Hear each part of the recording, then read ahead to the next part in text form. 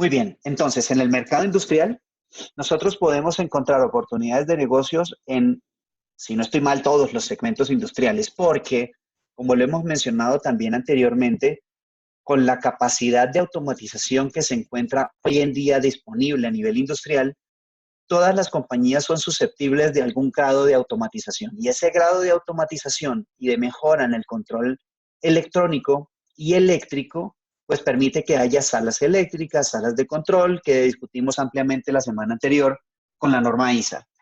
Acá resumimos un poco todo lo que tiene que ver con refinerías de petróleo, plantas petroquímicas, molinos o plantas de pulpa y papel, por supuesto plantas de tratamiento de aguas residuales, facilidades de generación eléctrica, compañías, acerías, minas, no solo de cobre, sino cualquier mina que también tiene una refinería al lado. Como dato curioso les cuento que tuve una reunión, una videoconferencia con Ecopetrol la semana anterior y para darles un ejemplo, la refinería de Ecopetrol en Colombia es de 200, en Barranca Bermeja, es de 250.000 barriles más o menos, y dada la coyuntura de el precio de crudo y la pandemia, están bajando producción a 108.000 barriles de crudo por día.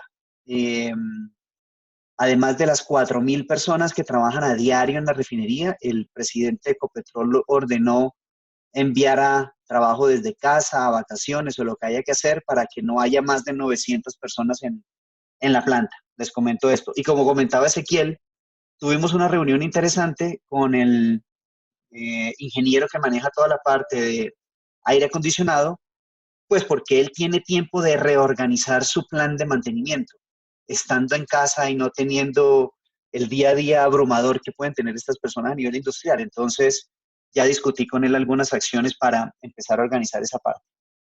Muy bien, entonces en la parte inferior dice casi todos los procesos industriales y manufactura pesada en las industrias tienen corrosión eh, que puede ser controlada en los procesos, en los equipos de control de procesos. El problema, ya lo hemos discutido, el potencial corrosivo que tiene cada uno de los ambientes dependiendo de los tipos de gases. ¿Quién se acuerda de cuáles son los tres tipos de gases que mencionamos? A los persistentes, la próxima vez que los vea les llevo un regalo, dice a café, o bueno, los que estamos aquí en Colombia, algo hacemos. Hablamos de ácidos, de gases ácidos, gases básicos y compuestos oxidantes, en donde los gases ácidos son los que tienen más potencial corrosivo. Entonces, por eso, si se dan cuenta en la columna verde, los primeros que aparecen en la clasificación son todos los que tienen azufre. Luego vienen, por supuesto, los compuestos de nitrógeno y de cloro y amoníaco, que es básicamente lo que más encontramos.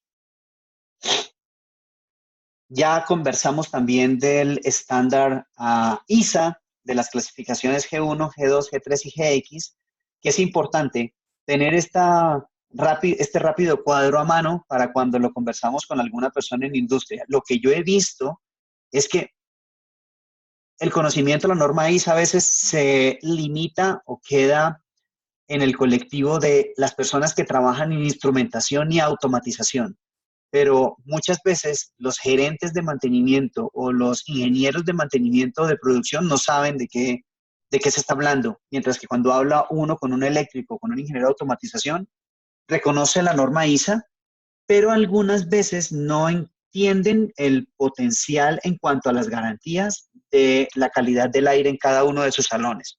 Por eso es importante tener este cuadro cerca.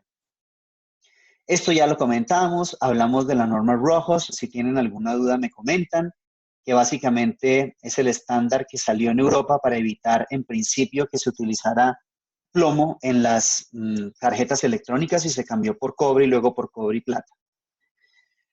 Especificaciones ambientales, lo que les he venido diciendo. Entonces, compañías importantes ya están empezando a condicionar las garantías de sus equipos dependiendo de la calidad del salón. Estoy pasando rápido estos slides que nos sirven para recordar, pero que ya hemos comentado en ocasiones anteriores y se me ha olvidado adjuntar el white paper de Honeywell a la carpeta a la que estamos accediendo. Voy a escribir aquí.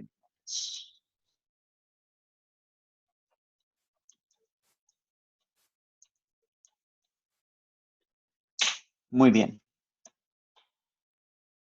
Básicamente hay tres fases importantes cuando nosotros queremos sugerir alguna estrategia de control de contaminación. ¿De acuerdo? La primera fase es la de asesorar o de estar evaluando cuál es el aire que se está entregando a cada uno de estos ambientes o esta sala. Por eso empezamos hablando de los cupones de corrosión, los sistemas OnGuard, porque lo primero que tenemos que hacer es poder entender qué gases están presentes en cada uno de los salones para así poder cuantificar el potencial corrosivo y poder sugerir una solución. Por supuesto, en esta estrategia que está de asesorar, controlar y monitorear, en la segunda parte del control de contaminación, en donde tenemos corrosión de equipos electrónicos o queremos ver la calidad del aire en una sala, por supuesto, nuestro principal apalancamiento es la norma ISA, que ya la junté para los que la quieran descargar. Y a partir de lo que nosotros encontramos en la etapa anterior, poder sugerir una solución en cuanto a la filtración química, teniendo en cuenta, como hemos hablado, principalmente caudal, tipo de gas y concentración de dicho gas. Y luego, en la parte de monitorear, pues claro, tener alguna estrategia para poder monitorear que lo que hicimos funcione y esté mejorando la calidad de la sala. ¿De acuerdo? Ahora bien, a esto quería llegar. Nosotros no estamos, y lo hemos comentado en alguna reunión, que la filtración química sea la única solución y con eso resuelvo todos mis problemas de corrosión, sino que es una sumatoria de cosas, ¿de acuerdo? Para nosotros poder obtener una sala con una calidad de aire G1, es decir, el potencial corrosivo más bajo posible, tenemos que tener una sumatoria de 5 aristas, ¿de acuerdo? Por supuesto, lo primero es presurizar el salón, que haya entre 0.05 y 0.1 pulgadas de agua equivalente con aire fresco. Y esto a veces, cuando he visitado algunas empresas, me miran como este loco que está haciendo porque yo trato de abrir la puerta y mojo mi dedo con lo que tenga a la mano, que normalmente es la boca, para ver si siento alguna corriente de aire saliendo del salón, es decir, que hay una presión positiva hacia afuera, o si alcanza uno a sentir que al contrario el salón está succionando. A partir de ahí podemos ver si la sala está solucionada o no. Por supuesto, hay otras formas de hacerlo, pero a veces esta es la que encuentro más a mano.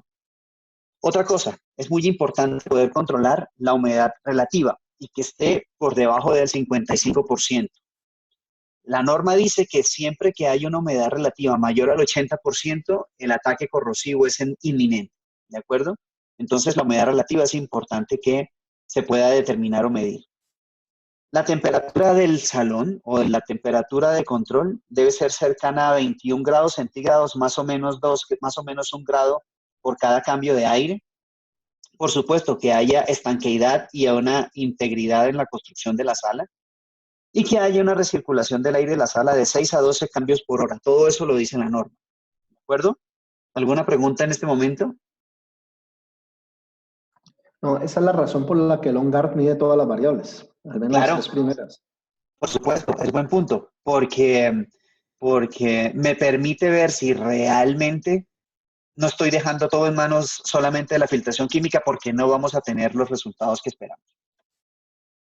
Bueno, dependiendo de lo que yo tenga en cada una de las salas que yo encuentro, hay diferentes formas de organizar cómo puede ser la filtración química a partir de los movimientos de aire que tiene cada sala, ¿de acuerdo? Y básicamente, como dicen los gringos, inflarlo como si fuera un globo o inflarlo como si fuera una bomba, no sé cómo le dicen en Uruguay o en Argentina, pero saben de qué estoy hablando. Listo. Entonces, básicamente lo que nosotros vemos en el cuadro es que estas salas tienen un aire acondicionado o tienen algún aire interno o alguna circulación que viene desde un aire acondicionado maestro. En este ejemplo, que podría ser lo mejor que podríamos encontrar, es donde tenemos un scrubber que está alimentando el aire que va a ser utilizado por ese aire acondicionado para ser enfriado. Además tenemos una unidad de recirculación interna. ¿Con eso qué logramos? Que estemos inyectando aire limpio y que además por los gases que se estén generando, ya sea por el trabajo de los equipos per se o por las personas que entran, haya una también recirculación que puede permitir una filtración adicional. ¿De acuerdo? Esta recirculación es adicional a la fuente de la purificación de aire que estamos poniendo acá como un equipo que dice en el lado izquierdo DBS Unit. ¿De acuerdo? El DBS, de sus siglas en inglés, es Deep Bed Scrubber. Es más, voy a mostrarles una imagen sobre la cual vamos a hacer una explicación.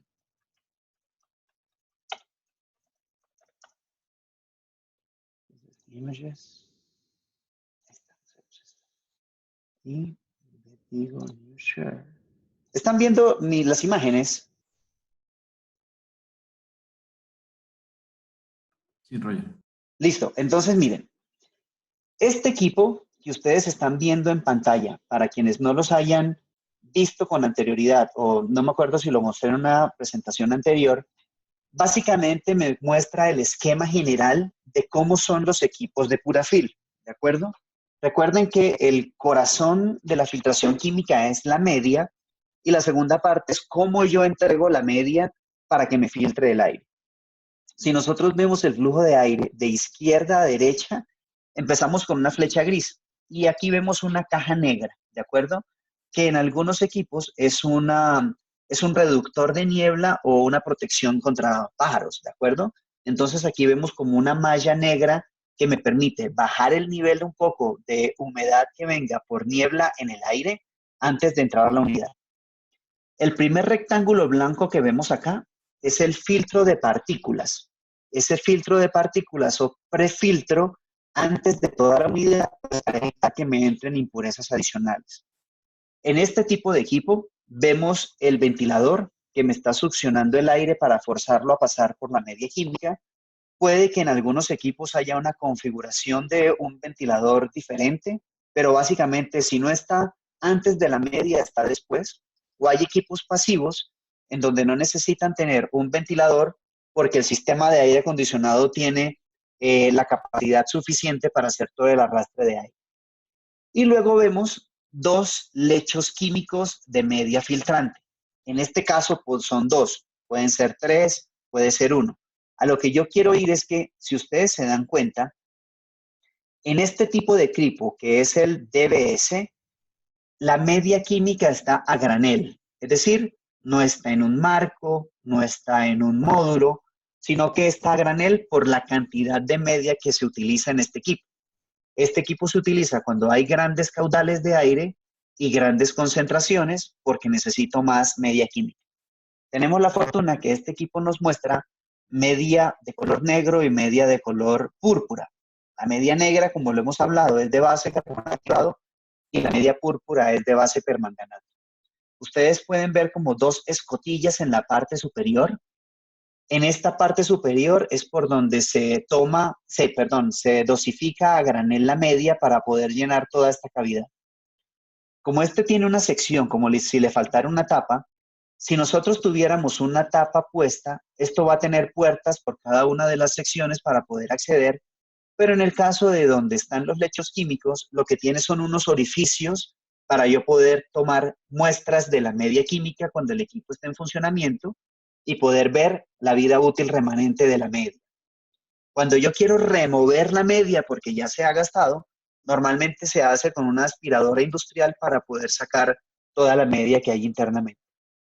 Y en la parte final, lo que nosotros vemos en este rectángulo azul es el filtro final, ¿de acuerdo? Que tiene una clasificación MERV más alta que el filtro inicial. Esto es para evitar partículas remanentes o restos de media química vayan a la corriente de aire. ¿De acuerdo? Ese es un esquema general. Me tomé la libertad de mostrárselas en este cuadro, ya que la diapositiva nos sugiere un equipo de EBS. Bueno, nosotros hemos hablado que hay también ciertos cálculos que hace el departamento de ingeniería para poder apoyarnos en cuanto al caudal que nosotros necesitamos o que debe tener nuestro equipo. Muchas veces, o en algunos casos, cuando no se tiene un valor de caudal de aire o no hay un equipo de aire acondicionado, pues el caudal se puede calcular a partir del volumen del área del volumen de la sala que nosotros queremos mejorar la condición de aire. Entonces se calcula a partir de este volumen y a partir de la cantidad de refrescos de aire o cambios de aire por hora que debe tener dicha sala. Cerrar acá. Están viendo la presentación de PowerPoint, ¿verdad? Listo. Entonces, aquí tenemos dos ejemplos del cálculo de aire, que eso también lo pueden revisar en la presentación para descargarlo. Y, por ejemplo, aquí vemos otras distribuciones, dependiendo del presupuesto o dependiendo de lo que yo me encuentre en la sala. Por ejemplo, en algunos casos, en nuestras compañías, en lugar de un aire acondicionado central para un gran edificio, encontramos que, dependiendo de la sala, tiene 1, 2 o 3 splits de aire acondicionado en la misma sala. ¿De acuerdo?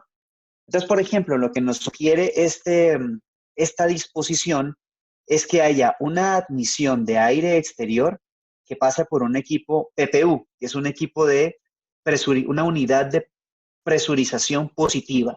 Y esa es la referencia, PPU-100 o 300 o 500, dependiendo del caudal que vamos a manejar.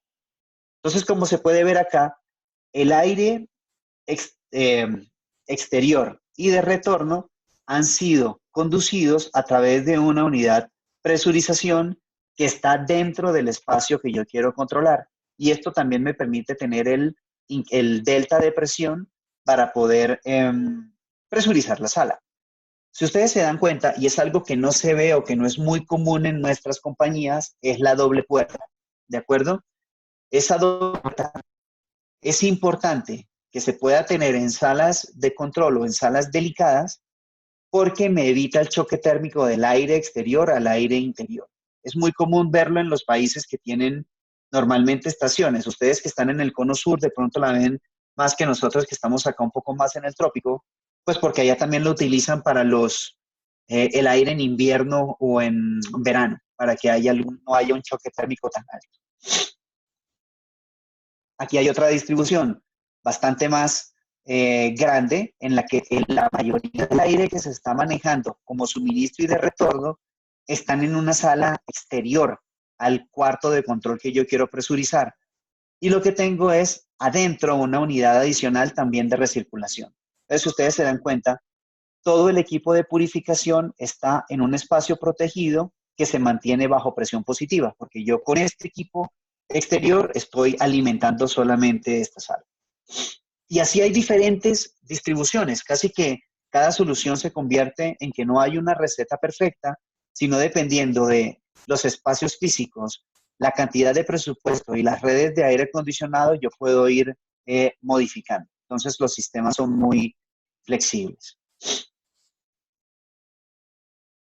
Costo de la corrosión. Y creo que lo hablamos también en una de las presentaciones iniciales, en cuanto empezábamos a verificar cuánto puede costar una parada de un equipo o que haya una parada de un proceso por la falta de un control electrónico. Y esto es una buena forma de demostrarlo. Este ejemplo, que es un ejemplo muy general de una compañía de pulpa y papel en los Estados Unidos, prácticamente si tiene una parada de proceso por un daño corrosivo que se pudo calcular, estamos hablando de $42,695 por hora. Yo hace un par de semanas, o hace más o menos, no, hace ya más o menos un mes, que estuve en el Perú, estuvimos en una minera que se llama Río Seco. Y a nosotros tan pronto entramos, el ingeniero tenía una tarjeta electrónica sobre la mesa y nos mostraba que por daño corrosivo ya había tenido una parada de proceso que les costó un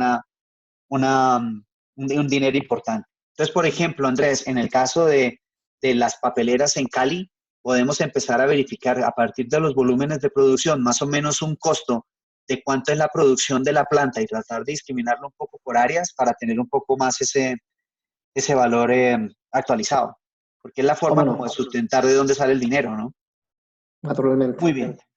Entonces, de lo que hemos hablado hasta ahora, básicamente es poder proponer una estrategia de 3 pasos en donde se asesora, se controla y se monitorea para poder tener una calidad de aire mejor.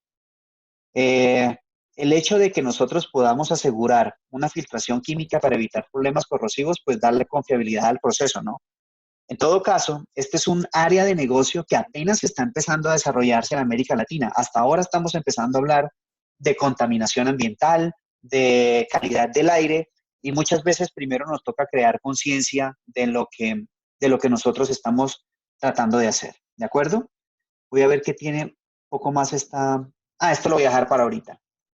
Esta presentación ahorita nos empieza a hablar de un equipo específico que se llama un filtro de admisión en los compresores, pero voy a pasar a otra presentación para tener un vistazo general de cada uno de los sectores industriales más importantes. ¿De acuerdo? Aquí vamos a resumir un poco tres: papel y celulosa, refinería de petróleo y minería. Y vamos a hablar en la parte final de los compresores, que lo encontramos en todos estos eh, procesos industriales, los compresores. Y básicamente en Argentina, Uruguay y en Colombia, yo creo que los segmentos industriales que pueden ser más fuertes, en el caso de Uruguay, papel y celulosa, y en el caso de Argentina y Colombia se nos suman refinería de petróleo y minería un poco más, ¿de acuerdo? ¿Hay qué otro segmento industrial en Uruguay es importante en Hermes? Porque también está la parte de data centers que está empezando, y además de tratamiento de aguas, no me acuerdo en este momento qué otro segmento industrial es bastante importante en Uruguay. No, pienso que básicamente eso. Ahora con el tema del coronavirus hemos pasado correos a los diferentes entes de salud acá en el Sí. Uruguay, ofreciendo lo que vos nos dijiste al principio, que se estaba fabricando en China. Pero de Sí, resto, lo esencial es eso. bien, chévere. Entonces, Roger, señor, un mercado bien importante acá es el de las centrales hidroeléctricas, generaciones, sí, plantas señor. generadoras de energía. Sí, señor. Hidroeléctricas, y también en el valle, además de lo de solamente papel y celulosa, también tenemos las refinerías de etanol Ujú, y generación eléctrica, ¿cierto? exacto, Todo lo que tiene que ver con ingenios azucareros y su proceso. correcto. Bien, listo. Empecemos por acá. Bueno, esta nos resume también un poco más los costos de corrosión, pero por ejemplo, fíjate, está acá en una planta papelera de CMPC en Santa Fe, la planta Santa Fe, está en Aconcagua, que es la refinería estos son ejemplos chilenos, y Codelco, una de las refinerías en la mina Gabriela Mistral, que trabaja con cátodo electrorefinado. Entonces, si nosotros vemos, básicamente a partir de la producción que tiene cada una de estas empresas, podemos hacer una extrapolación a ver cuánto es su producción por hora. Muchas veces los ingenieros mismos de las plantas no conocen estos datos o nos presentan un escenario exagerado para hacerlo muy eh, peor escenario. Pero entonces aquí tenemos un ejemplo de papel, de petróleo y de minería, ¿de acuerdo? Que ustedes los pueden revisar con un poco más de detalle. Esto ya lo hemos hablado. Básicamente, ¿por qué tenemos negocios? Pues porque hay una mayor sofisticación electrónica, lo he repetido varias veces, los tipos de gases contaminantes, no hay control básicamente en nuestras salas, ni hay aislamientos definidos, y ya lo que tenemos de las normas están proponiendo los cambios. ¿Qué tipos de gases más o menos encontramos dependiendo del proceso industrial? Aquí lo podemos ver en este slide, que dependiendo de si hay generación de energía, de hecho, acá en generación de energía podríamos agregar también el sulfídrico, el H2S, porque muchos de nuestros ríos tienen bastante contaminación y generan muchos compuestos orgánicos volátiles sulfídricos en la descomposición de los orgánicos. En el proceso automotriz, perdón, en la combustión de automóviles, pues a ver, todo lo que tiene que ver con parque automotor genera diferentes tipos de gases. Es importante tener en cuenta que el monóxido de carbono y el dióxido de carbono son gases que no se pueden hasta ahora filtrar en filtración química, sino que se hace con conversión catalítica, que no lo maneja la compañía. En el procesado de combustibles fósiles, en fabricación de plásticos, aquí vemos cada uno de los gases más que podemos encontrar con mayor presencia en cada uno de los procesos. Federico y Giancarlo, buenos días. Hay que ver si se puede conseguir.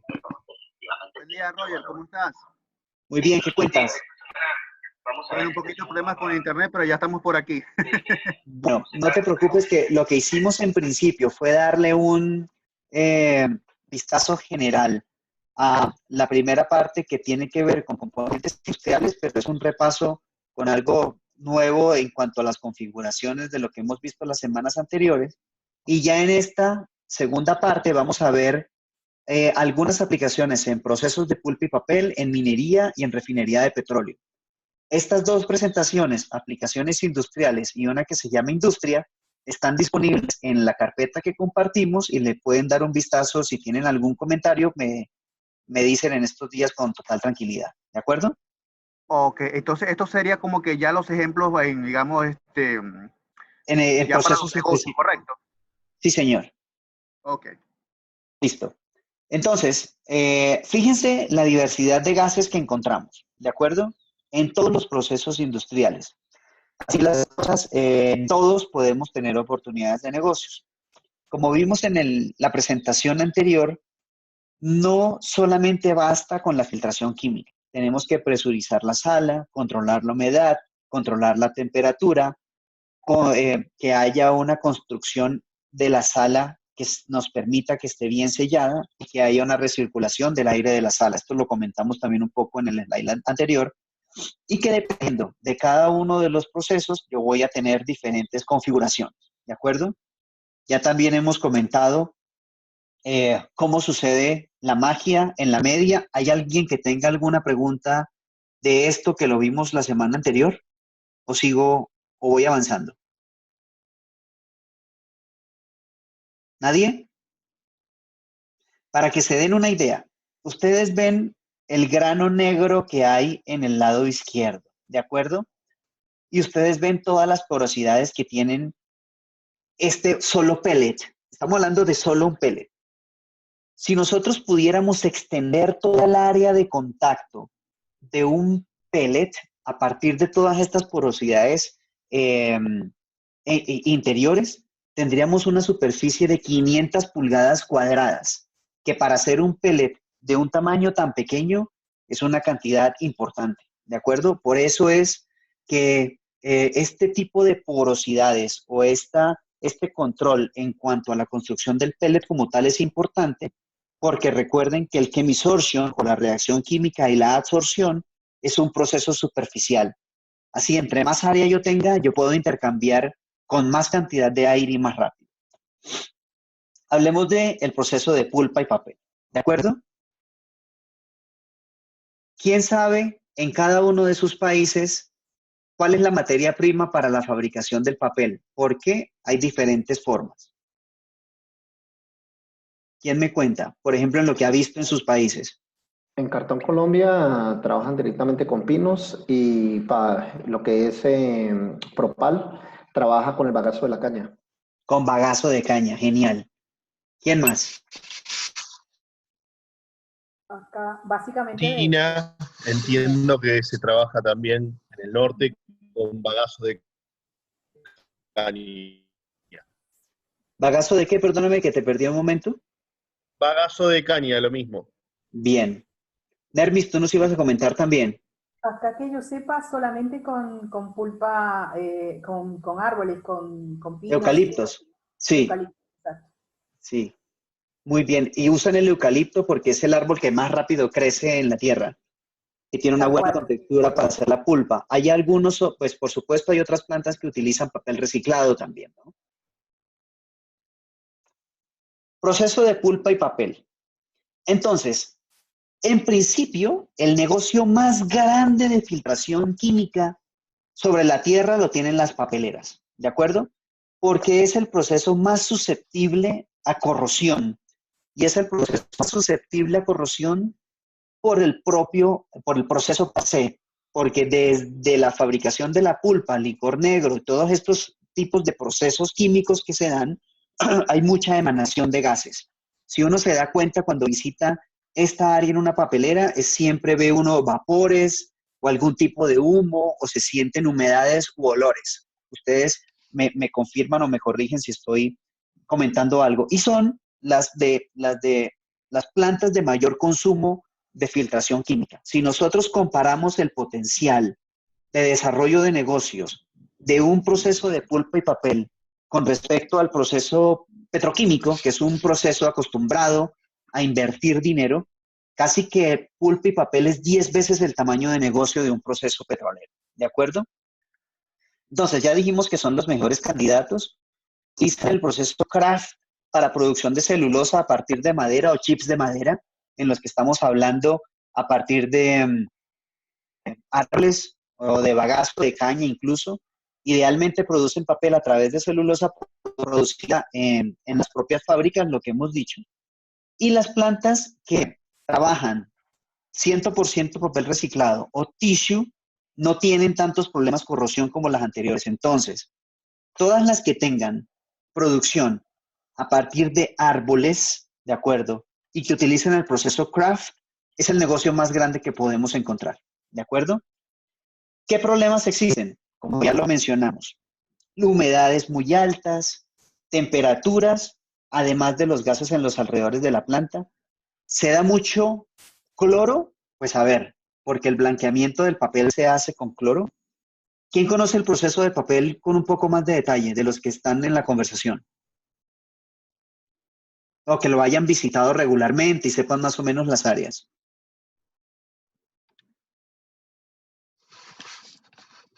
¿Ninguno? Está bien, tranquilos. El caso es que en esta parte del proceso químico de las fabricaciones de la pulpa, y como estamos hablando, siempre los elementos orgánicos o lo que tenga vida va a generar ácido sulfídrico cuando cambia de composición, ¿de acuerdo? Y como estamos hablando de tomar un árbol y pasarlo por un proceso químico, grandes cantidades de sulfídrico se generan. Y cuando voy al blanqueamiento del papel, utilizo cloro, ¿ok? Ambos gases, los gases de cloro y el ácido sulfídrico pertenece al grupo de los gases ácidos, por supuesto, son de los más agresivos en cuanto a corrosión y corroen el cobre y la plata en los circuitos integrados muy fácil, provocando fallas en las tarjetas electrónicas. Las salas eléctricas y sala de control es donde se encuentran principalmente los equipos a proteger. Por ejemplo, en una papelera o en una máquina de papel que tienen rodillos muy grandes y que van montados sobre rodamientos, incluso se protegen a los rodamientos de todas estas efectos corrosivos y de humedad para que no haya falla prematura del rodamiento que me puede implicar el desmontaje de un rodillo muy grande en la máquina de papel. Si eso le sucede al rodamiento, que mal que bien es un pedazo de un acero especial con unos elementos rodantes y unas pistas o unos caminos de rodadura, imagínense lo que puede hacer en un filamento electrónico. Entonces, por eso es el negocio más grande. ¿Qué debemos buscar para ver si tiene un gran potencial corrosivo el proceso? Entonces, si nosotros vemos que la papelera tiene digestores o tiene calderas de recuperación o boilers de recuperación, si tiene calcinadores, si tiene proceso de blanqueado y si es una máquina de papel o línea de papel. Si tiene cualquiera de estos 5 áreas de proceso en su proceso productivo, tiene un potencial corrosivo supremamente alto, ¿de acuerdo? ¿Y cuáles son las salas más afectadas? Las salas que se encuentran en zona húmeda y seca de la línea de papel, o sea, de la gran máquina de papel, se controla desde un centro de control dedicado y tiene una gran cantidad de equipos electrónicos. La sala del boiler de recuperación, toda la parte de generación eléctrica, por supuesto, en la planta de tratamiento de aguas o en las PETARES, o en planta de tratamiento de aguas residuales, podemos encontrar mucho sulfídrico en el calcinador y en el control de digestores. Esta presentación la tienen disponible, pero es básicamente para que tenga como una especie de lista de chequeo, para si ustedes visitan uno de estos procesos, que puedan preguntar, ¿ustedes tienen digestores o hacen blanqueado del papel? Hoy en día en el papel reciclado ya no tiene tanto blanqueamiento, pero en todo caso porque aquí es donde hay la mayor generación de sulfídrico y de cloro. ¿De acuerdo? ¿Vamos bien hasta ahí? Jóvenes. Sí, señor. Sí, Listo. sí, Roger. Súper. Áreas a proteger. Como hemos hablado, principalmente son las salas de control y salas eléctricas. Y dependiendo de lo que nosotros encontremos, hay diferentes tipos de equipos. Mencionamos un poco más temprano el DBS, que es un equipo grande con media a granel. El Top Scrubber, que es un equipo que se utiliza en plantas de tratamiento de agua para hacerle toda la parte de olores. El PSA, de su sigla en inglés es Purafil Site Access. Y como les comentaba, es un equipo que tiene una configuración similar al DBS, pero en lugar de utilizar la media granel, utiliza los módulos que son libres de mantenimiento, el que parece un cassette negro. Y está el equipo PPU, que es el que aparece una nevera grande, que es un equipo es una unidad de presurización positiva, ¿de acuerdo? Estos son los 4 equipos que más se encuentran o que más podemos instalar en plantas de pulpa y papel. Y en las plantas de pulpa y papel, normalmente una planta de un tamaño mediano, que se los puedo dar en niveles de producción un poco más adelante, pueden tener cerca de 30 salas y son salas que se pueden controlar con OnGuard, ¿de acuerdo? Entonces, fíjense el potencial de negocios desde media química, equipos, control a través de OnGuard. Requerimientos. Mantener las salas presurizadas, como ya lo hemos hablado. Eso se logra ingresando 3 a 6 cambios de aire por hora. En el caso de existir equipos de aire acondicionado, el ducto de nuestro equipo o el equipo del scrubber debe conectarse al ducto de retorno hacia el equipo de aire acondicionado para minimizar problemas de temperatura y humedad en la sala. Eso es básicamente lo que se hace por cada una de las salas. ¿Ok? ¿Alguna pregunta hasta ahora? Yo sé que esto lo vamos a ver más en el campo, cuando tengamos la fortuna de hacer algunas visitas. Roger, el Sí, DBS, perdón, el DBS mismo sí. no genera presurización. Con todos estos equipos, como nosotros ingresamos un caudal de aire, generamos presurización. Y por eso les comentaba que yo el caudal del equipo o lo puedo dimensionar a partir del volumen de la sala y de la cantidad de cambios de aire por hora que quiero lograr en la sala. Entonces, claro, yo puedo hacerlo con el DBS o con el PSA. También puedo generar presurización en los dos, en las dos áreas. Y por ejemplo, en donde yo no tengo el espacio físico para instalar uno de estos, puedo poner dentro del salón esta unidad PPU que también me presuriza. ¿De acuerdo? Okay. Listo. Vamos a hablar, recuerden que esta es una presentación general. De hecho, yo tengo presentaciones solo para papeleras o solo para mineras, que también podemos ver, dependiendo de la cuarentena, hasta dónde podamos llegar en cuanto a las presentaciones. Pero esta me parece muy útil como lista de chequeo de qué empezar a mirar. Muy bien, hablemos del proceso minero. En minería existen 2 líneas básicas en donde se encontrarán gases ácidos. ¿De acuerdo? Y ya hemos hablado de la importancia de encontrar gases ácidos en los procesos.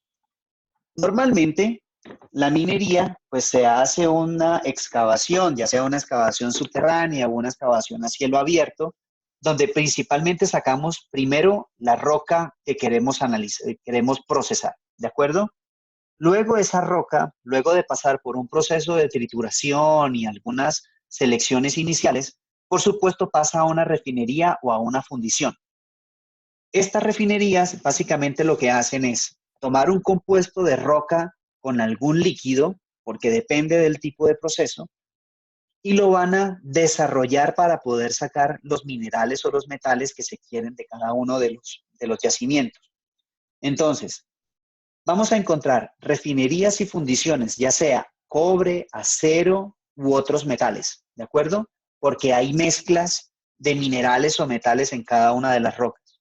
Entonces, normalmente está la minería como tal, pero hay una refinería al lado que es la que me procesa todo. Y están las minas de hidrometalurgia que cuentan con un proceso de electroobtención de cobre, ¿de acuerdo? Eso básicamente, a esa solución de roca con algún líquido, le hacen un proceso electrolítico para poder empezar a desintegrar los materiales, ¿de acuerdo? Eso es muy general del proceso, como les estoy comentando. Esta presentación la queremos, apenas la estamos desarrollando y la estoy haciendo con Felipe Niada, que es chileno. Entonces, lo que queremos hacer es tener como unos gráficos de procesos para tener un proceso básico y decir, preguntemos aquí, preguntemos acá, como vimos en los slides anteriores de digestores o buscar floración o estas cosas. En minería, volviendo, problemas. Cuando se utiliza la electroobtención, que les mencioné hace un poco.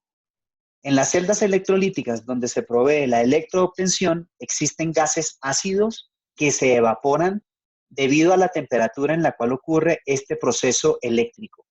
Y básicamente encontramos ácido sulfúrico, otra vez, compuestos de azufres que pertenecen a gases ácidos, que producen corrosión en los sistemas electrónicos y de control. Básicamente, seguimos buscando lo mismo, ¿qué tipos de gases hay? ¿Qué problemas hay? En general, los concentrados contienen una alta concentración de azufre, ¿de acuerdo? Como lo mencionamos hace un momento. Molibdenita en el caso de molibdeno, sulfuros de cobre que van a refinación, como pasa en las minas en Chile, en Teniente y en Ventanas, Federico, o coque utilizado en los altos hornos para la producción de acero. Por ejemplo, en Colombia solamente tenemos un alto horno, que es el alto horno de Acerías Paz del Río. Pero de pronto podemos revisar en cada uno de estos países en donde todavía se puede utilizar algún alto horno en el proceso de fabricación de acero, que también cuenta en este grupo de minería en el área de alto horno. Otra vez, las salas más afectadas son todas las salas de control que estén en los procesos cercanos. Dependiendo de la dirección del viento, hay otros problemas que se pueden transmitir a otras. En el ejemplo que les di de la mina en el Perú, donde el ingeniero sacó la tarjeta electrónica que le había generado un daño. Ellos tienen 4 áreas de procesos y cada una tiene sus salas eléctricas. Pero la cuarta, yendo desde la entrada hacia adentro de la fábrica, está y tiene un límite natural a un lado que es una pequeña montaña y el viento corre hacia esa montaña. Por lo tanto, la cuarta sala, debido a la condición natural de la dirección del viento y el límite natural que tiene, es la que tiene el proceso corrosivo más importante, porque concentra todo, el aire arrastra todos los contaminantes de las otras 3.